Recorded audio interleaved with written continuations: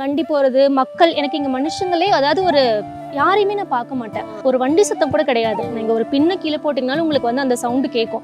என்னால் அங்கே போய் அந்த டவுன் லைஃப் பார்த்து நான் வித்தியாசமாக பார்க்க ஆரம்பிச்சிட்டேன். இந்த 8 இயர்ஸில் வந்து பார்த்தீங்கன்னா எனக்கு நீங்கள் எப்படி இங்கே வந்து தோட்டத்தை வித்தியாசமாக பார்க்குறீங்களோ நான் அங்கே அப்படி தான் பார்க்குறேன். இப்போ வண்டி போகிறது மக்கள் எனக்கு இங்கே மனுஷங்களே அதாவது ஒரு யாரையுமே நான் பார்க்க மாட்டேன்.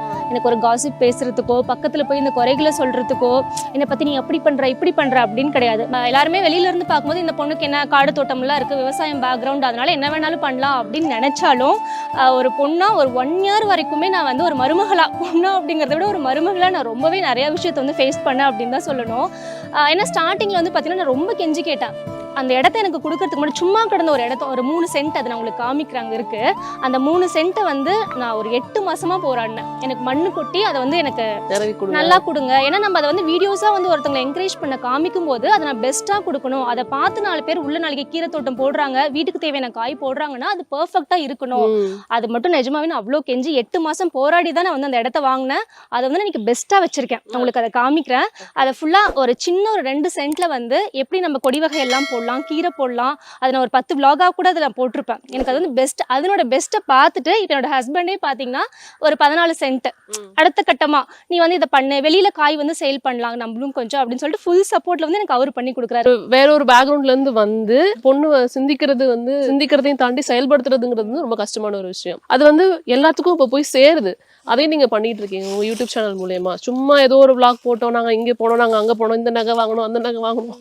பட் இது எவ்வளவு சவாலான விஷயம் நீங்க நினைக்கிறீங்க?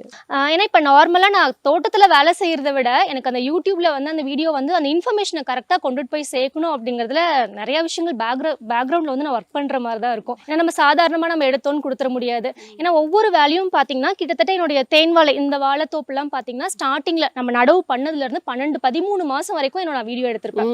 ஏன்னா இங்க வேலையும் நடந்துட்டு இருக்கும், அவரையும் நான் சப்போர்ட் கேட்கணும். ஆனா இங்க வந்து பாத்தீங்கன்னா யூடியூப்க்கு வந்து எனக்கு சப்போர்ட் கம்மி தான். ஸ்டார்டிங்ல இருந்தே சப்போர்ட் கம்மி தான்.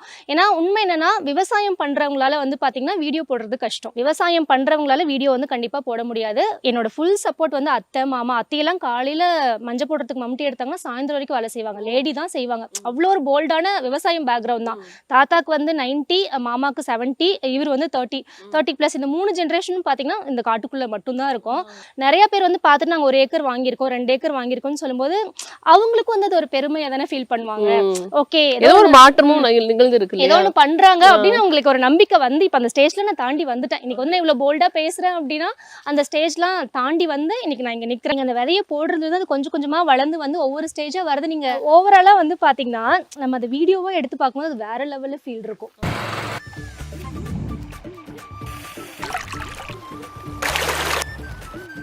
உள்ள போயிட்டு இது வந்து காலிஃப்ளவரா? காலிஃப்ளவர் நாட்டு. ஓகே. ஸோ இதை எப்படி வைக்கணும்னு சொல்லிட்டாங்க, நான் வந்து ட்ரை பண்ணுறேன். நீங்கள் இதை ஒன்று எடுத்துக்கோங்க.